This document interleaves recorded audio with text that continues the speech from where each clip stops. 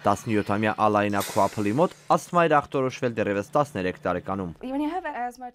Ասթմայի նոպայի ժամանակ շնչուղիները փակվում են եւ մարդիկ չեն գիտակցում, որ չես կարող շնչել։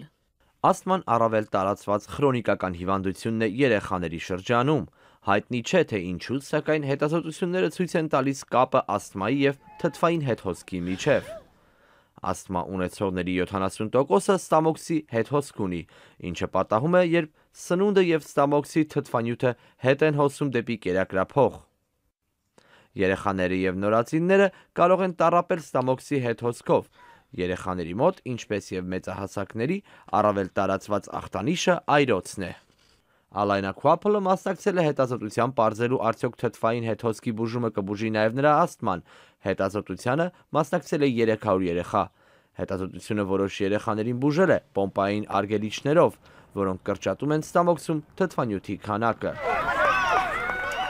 Ջոնս Հոփքինսի հանրային առողջապահության դպրոցից բժիշկ Ջանեթ Հոլբրուքը հետազոտության համահեղինակներից է։ Այս հետազոտությունը կարևոր է, քանի որ պոմպային արգելիչը լայնորեն օգտագործվող դեղամիջոց է, սակայն ասթման բուժելու դրա արդյունավետության վերաբերյալ շատ հակասական տվյալներ կան։ Երեխաների կեսին պոմպային արգելիչներ են տրվել ներշնչական ստերոիդին զուգահեռ, ինչը օգնում է շնչառական եւ մարսողական խնդիրների դեպքում, մյուս կեսին կեղծ դեղամիջոց է տրվել։ Չնայած թթվային հետհոսքին օգնող դեղորայքը հաճախ օգնում է թեթևացնել ասթմայի ախտանիշերը, թթվային հետհոսք չունեցող երեխաների մոտ ասթմայի ախտանիշերի թեթևացում չի նկատվել։ Իրականում դեղորայքը ավելի վնասել է։ Իրական դեղամիջոց ընդունող երեխաները հետազոտության ընթացքում ավելի հակված էին ավելի շատ վերին շնչառական վարակների, ուստի բուժումը ոչ միայն արդյունավետ չէր, այլ նաև որոշակի վտանգ էր պարունակում։